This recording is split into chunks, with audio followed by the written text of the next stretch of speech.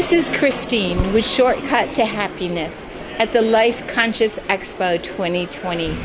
We are here with Kristen Gillespie. You have so much knowledge and information. I really want your opinion.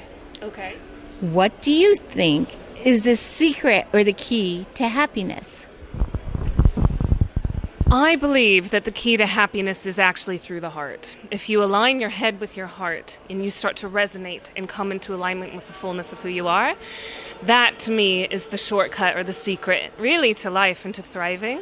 I'm really into the word sentience. I'm doing a documentary called Deconstructing Sentience, and to me, everyone wants to find happiness, right? But it seems like we're all escaping the negative stuff. The stuff that feels bad. Who wants to feel bad, right? But actually, the secret to happiness is through staying with the negative emotions. In what way? So being in full contact with them. So instead of resisting them, stay with them. Let them flow through you. Let the consciousness come through like a wave.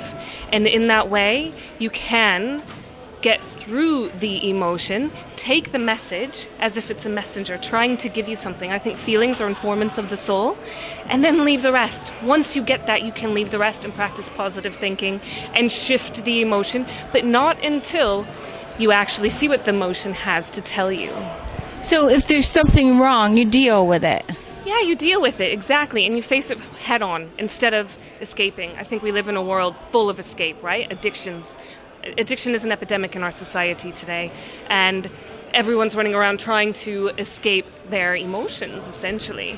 And actually, the key is staying with it, because being in full contact with your emotions is being in full contact with yourself. That's really interesting. But you also said aligning with your heart. How do you do that? There's a meditation I use to do. There's loads of meditations online. I really like the guys at Heart Math. They're doing a tremendous job with aligning the head and the heart. So really, you can also just set an intention. It doesn't even have to be as complicated as meditating or, going through this, involved psychosomatic process. It can just be, I set the intention to align my head with my heart today and see where that takes you. You'd be surprised. I think you're right. Absolutely. So you were talking about you doing a documentary.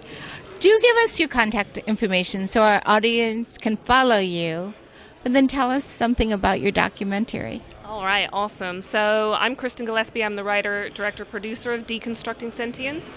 It's going to be out later this year. We've interviewed lots of people who are here today speaking, including Gregg, Braden, Julia Cannon, amongst many others, Dr. Bruce Lipton, Heart Math Institute, there's Howard Martin and Dr. Rollin McCraty. I could go on. We've got an awesome all-star cast, and they're all talking about what it means to be a sentient being. I know sentience is kind of an obscure word. It's like, what does that mean? But isn't it funny, as human beings, something that describes the human condition is a word we very rarely use. And I really wanted to shed some light on that and bring it into our conscious awareness so that we can all start to define it for ourselves. Well, what does it mean for me to be a sentient being? What does it mean for me to actually be able to start really living my life, in accordance to my values, to really start to self-regulate myself, to really start to up the game in terms of my level of consciousness and my level of understanding. What am I paying attention to? And what am I focusing my conscious energy on? All of these things really matter. I think it's about taking responsibility for the vibrational output that we, literally put out there into the world. Isn't that something where you put attention on what you want and the other stuff fades away? That's so right. Where attention goes, energy flows. And we all talk about our carbon footprint, super important, but I'm saying our emotional footprint should actually take precedent over that. And when you were talking about being sentient, which none of us can even pronounce it, let alone understand it, right? Is this in the genre of responding to life instead of reacting to life? For sure. You use some really good words there. Definitely. You have the choice to respond to life. And I think a lot of us feel like our emotions control us, or it's something we can't actually take command over. And maybe we can, through this intelligence that is a natural blueprint given to us. that we don't use. that we don't use. It's so sad. And it's it's a primordial force, It's a sensory system, our sentience, and it's the most important one, and it's devalued and misunderstood and misrepresented. So I'm here to give it a voice.